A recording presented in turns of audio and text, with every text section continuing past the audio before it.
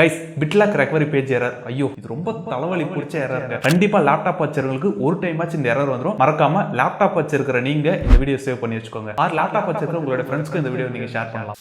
இந்த பிட்லாக் recovery page error இது வரக்கூடிய முக்கியமான லேப்டாப்ஸ் அப்படின்னு பார்த்தீங்கன்னா பிசினஸ் கிரேட் லேப்டாப்ஸாக இருக்கும். ஃபார் எக்ஸாம்பிள் பார்த்தீங்கன்னா ஐடி இண்டஸ்ட்ரீஸ்ல யூஸ் பண்ற டெல், ஹெச்பி இந்த மாதிரி பிசினஸ் கிரேட்காக யூஸ் பண்ற லேப்டாப்ஸ். அண்ட் அது மட்டும் இல்லாமல் 40,000 50,000 போட்டு நார்மல் லேப்டாப் நம்ம வாங்குறோம்ல, நமக்கும் பார்த்தீங்கன்னா இந்த எரர் வரதுக்கு நிறைய சான்சஸ் இருக்கு. இந்த பிட்லாக் ரெக்கவரி பேஜ் அப்படின்றதே பார்த்தீங்கன்னா ஒரு செக்யூரிட்டி பர்பஸ்க்காக தான் வருது. இது ஏன் வருது அப்படின்றத நான் ஃபர்ஸ்ட் சொல்லிடுறேன்.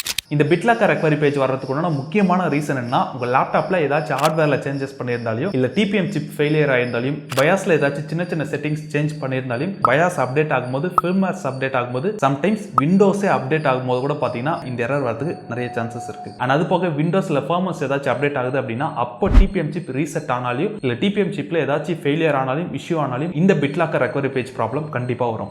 என்னடா ரொம்ப பயமுறுத்துறீங்க. இந்த ப்ராப்ளமை சால்வ் பண்றதுக்கு மொத்தமா ரெண்டே ஆப்ஷன் தான். ஃபர்ஸ்ட் விஷயம் பிட்லாக்கர் கீயை நீங்க என்டர் பண்ணணும். பிட்லாக்கர் கீயை நீங்க எங்க ரெக்கவரி பண்ணலாம் அப்படின்னு பாத்தீங்கன்னா நீங்க லாகின் பண்ணி வச்சிருந்த, அதாவது உங்க லேப்டாப்ல லாகின் பண்ணி வச்சிருந்த எம்எஸ் ஆஃபீஸ் அக்கௌண்ட்ல இருக்கும். ஜஸ்ட் நீங்க ஃபைண்ட் மை பிட்லாக்கர் கீ அப்படின்னு போட்டாலே உங்களுடைய அக்கௌண்ட்டை லாகின் பண்ணி அங்க இருக்கிற கீயை நீங்க ரெக்கவர் பண்ணிக்கலாம்.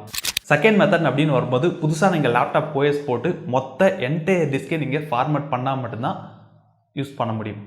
இதையும் தவிர்த்து தேர்ட் ஒன்ல ஒரு ஆப்ஷன் இருக்கு. ஃபர்ஸ்ட் உங்களுடைய பயாஸ் செட்டிங்ஸை செக் பண்ணி பாருங்க. அதாலே பார்த்தீங்கன்னா மோஸ்ட் ஆஃப் ப்ராப்ளம் வரும். நீங்க எந்த பிட்லாக்கர் கீயும் ரெக்கவர் பண்ண தேவையில்ல, ஓஎஸ் போட தேவையில்ல. ஃபர்ஸ்ட் எடுத்த உடனே பயாஸை செக் பண்ணுங்க. அடுத்ததா பிட்லாக்கர் கீ என்டர் பண்ணுங்க. அதுவும் முடியல அப்படின்னா ஓஎஸ் சேஞ்ச் பண்ணிக்கோங்க.